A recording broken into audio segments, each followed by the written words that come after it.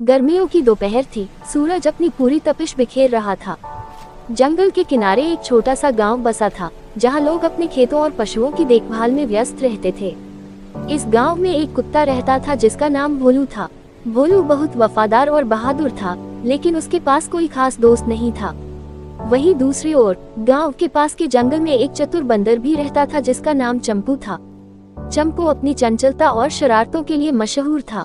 वह अक्सर गांव में आता और फलों के बागानों से आम, केले और अमरूद चुरा कर ले जाता। गांव के लोग उसे पकड़ने की कोशिश करते, लेकिन वह हमेशा फुर्ती से भाग निकलता। एक दिन चंपू गांव के एक बाग में फल खाने के लिए आया। संयोग से उसी बाग की रखवाली भोलू कर रहा था। जैसे ही भोलू ने चंपू को देखा, वह भौंकता हुआ उसकी ओर दौड़ा। चंपू घबरा गया और जल्दी से एक ऊंचे पेड़ पर चढ़ गया। भोलू ने नीचे से कहा, अरे बंदर भाई, डर क्यों रहे हो? मैं तुम्हें पकड़ने नहीं आया, बस देख रहा था कि तुम कौन हो। चंपू को भोलू की बातें सुनकर आश्चर्य हुआ। उसने सोचा कि यह कुत्ता तो औरों से अलग है।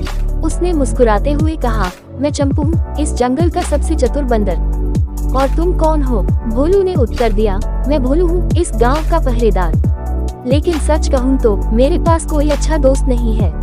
चंपू ने हंसते हुए कहा, अगर दोस्ती करनी है तो पहले ये वादा करो कि तुम मुझे कभी पकड़ने की कोशिश नहीं करोगे। भोलू ने हामी भरी और इस तरह उनकी दोस्ती की शुरुआत हुई। धीरे धीरे भोलू और चंपू की दोस्ती गहरी होती गई। भोलू गांव की कहानियां सुनाता तो चंपू जंगल के रहस्यों के बारे में बताता। दोनों साथ में खेलते, मस्ती करते और एक दूसरे की मदद भी करते। एक दिन गांव में एक बड़ा संकट आ गया। गांव के पास के जंगल में एक खूंखार तेंदुआ आ गया था, जो गांव के पालतू जानवरों पर हमला कर रहा था। गांव वाले बहुत परेशान थे। भोलू और चंपू ने इस समस्या का हल निकालने की ठानी। चंपू बहुत चालाक था। उसने एक योजना बनाई। उसने भोलू से कहा, तुम गांव के बाहर पहरा दो, मैं जंगल में जाकर उस तेंदुए की गतिविधियों का पता लगाता हूँ। चंपू ने पेड़ों पर छलांग लगाते हुए तेंदुए को ढूंढ लिया और उसे परेशान करने लगा। वह कभी उसकी पूंछ खींचता तो कभी सिर पर फल गिराता। तेंदुआ गुस्से में चंपू का पीछा करने लगा। चंपू उसे गांव की ओर लाने लगा, जहां भोलू और गांव के लोग तैयार खड़े थे। जैसे ही तेंदुआ गांव के पास आया, गांव वालों ने मिलकर मशाल और डंडों से उसे घेर लिया।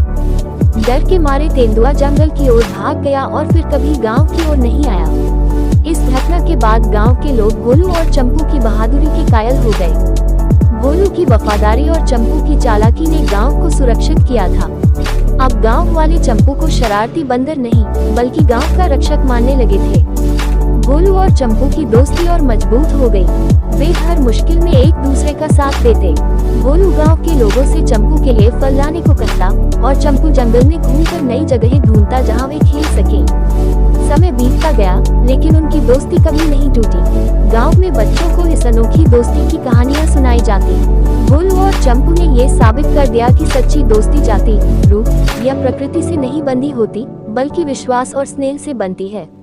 सीख: सच्ची मित्रता केवल समानता से नहीं, बल्कि एक दूसरे की खूबियों को अपनाने और मुश्किल समय में साथ निभाने से बनती है। भोलू और चंपू की कहानी हमें सिखाती है कि असंभव लगने वाले रिश्ते भी मजबूत हो सकते हैं, बस उसमें प्यार और समझदारी होनी चाहिए। ये कहानी भोलू और चंपू की अनोखी दोस्ती को दर्शाती है, जो न केवल रोमांचक बल्कि प्रेरणादायक भी है।